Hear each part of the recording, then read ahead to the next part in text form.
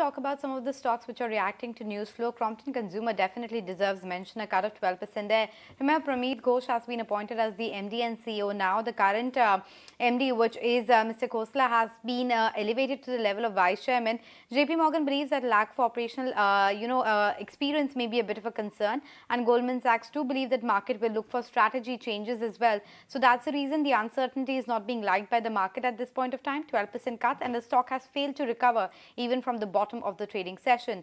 Ipca Labs is also seeing quite a bit of drubbing in the trading session. Remember, it's acquired 33% stake coming in for Unichem at a valuation of around 1,034.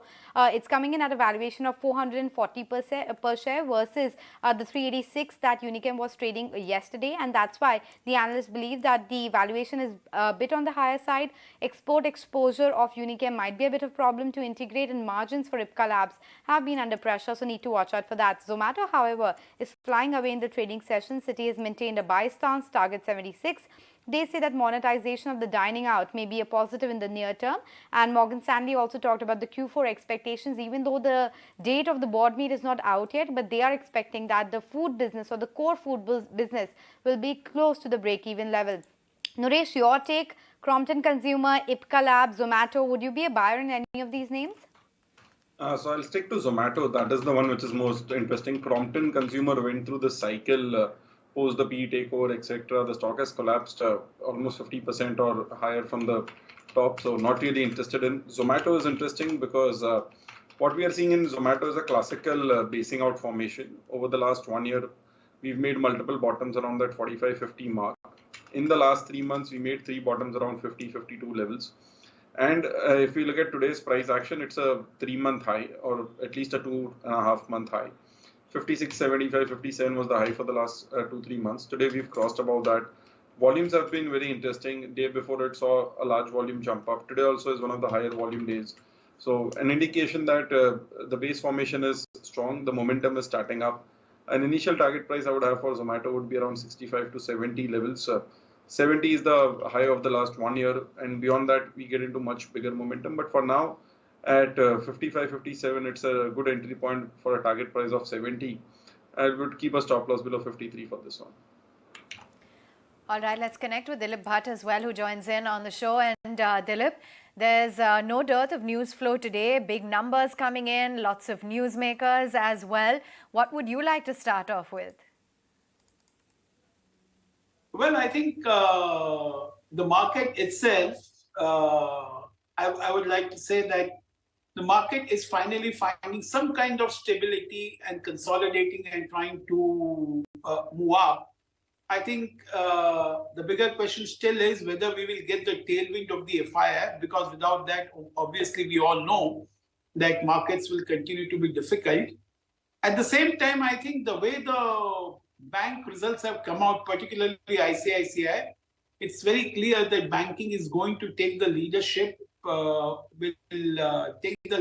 notwithstanding the fact that this is one of the most overrun sector amongst the FIIs, because that's the one, if they have to sell, they'll be selling from banking and IT, because these are two sectors where they own in a very big way. But banking clearly looks the pick of the lot. And I think ICICI once again has very decisively proved that it is now the leader in the banking pack. And so it should also get a premium, which up till now, I think HDFC Bank was getting. So my take is that ICICI Bank will continue to rule the roost for maybe next 1.5 to 2 years. And possibly there's still good amount of steam left in ICICI Bank.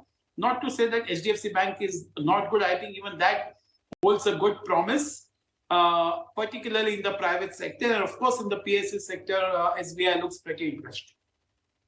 So quite positive on ICICI Bank. A lot of steam left when it comes to that counter as well. But Dilip, I'm not sure what's chugging along for the railway stocks. Look at that surge on RVNL. Now it's 17% higher. Let's pull up the 2-3 day chart if we can and see the kind of momentum we have seen on that counter. 103 now.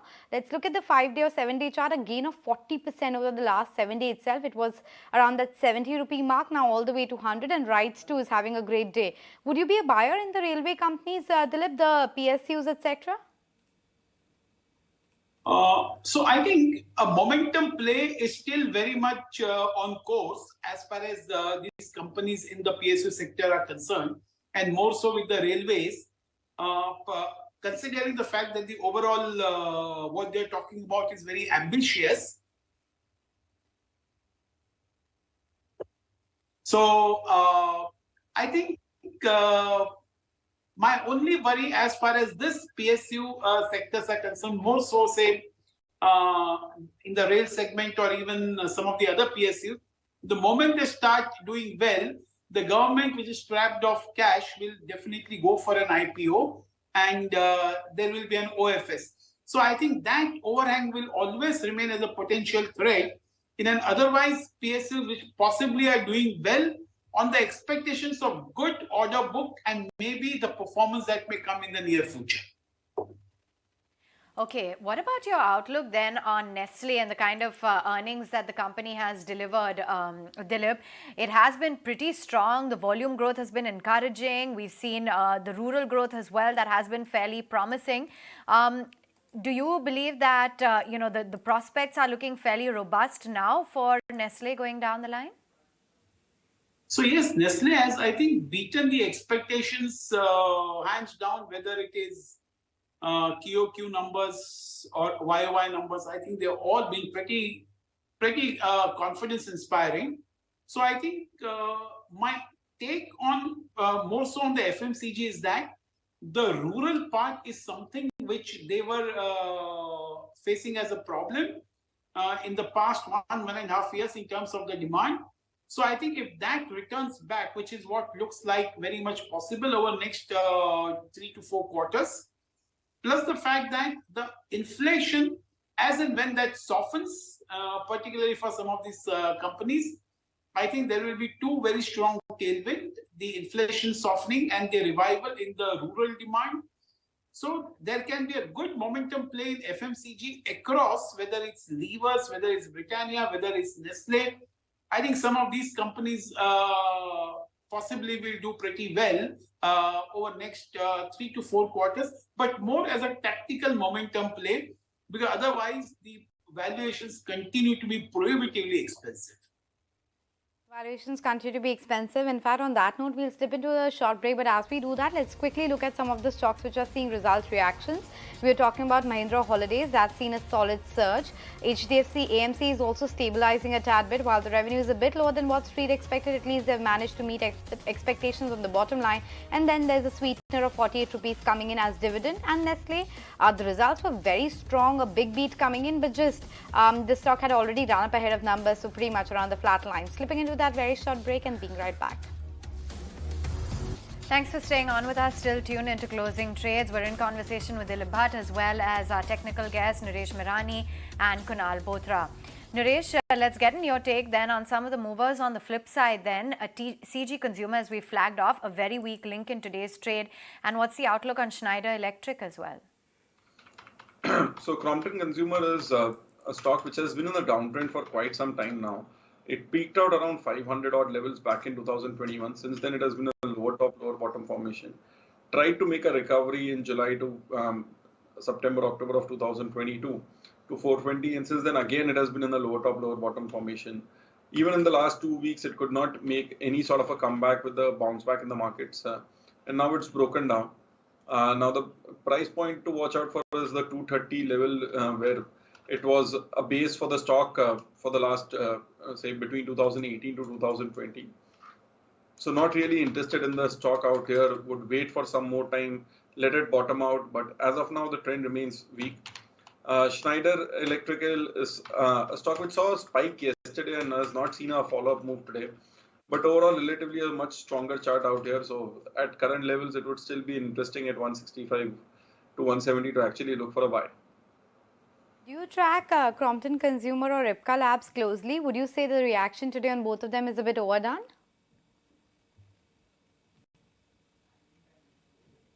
Dilip, the question is for you. Oh, sorry.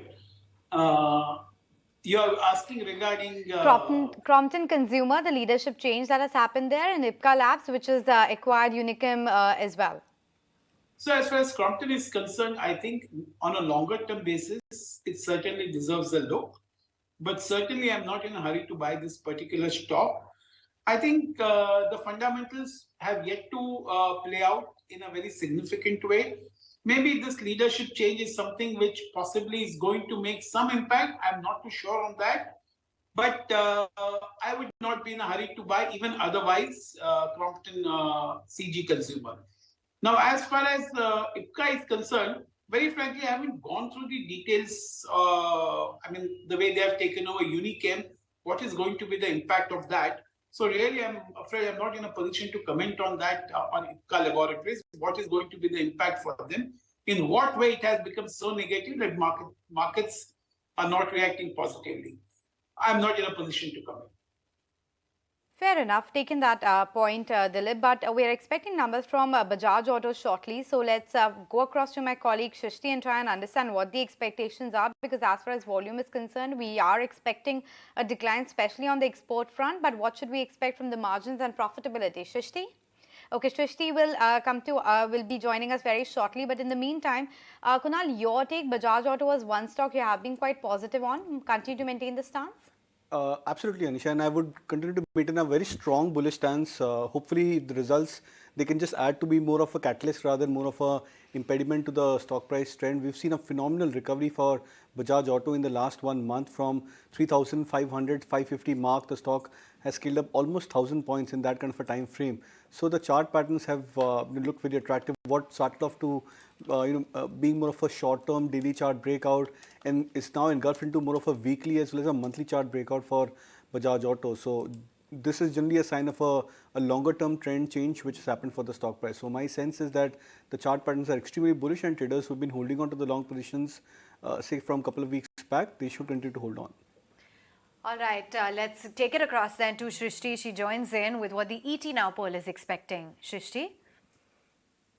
So the street is expecting a marginal decline on a sequential basis on all of the fronts. All the headline numbers is the expectation. And talking of the volumes, because this time around the sequential drop of 13% is what we have witnessed for the overall volumes, and exports have been the biggest drag, which saw a degrowth of 21.5%. Although the 125cc as well as the three-wheeler segment did perform well, and the domestic business was supportive, and all of these factors will reflect into the earnings. And talking of numbers this time around, the revenue is expected to show a decline of 10% sequentially. 8,412 crores is our expectation.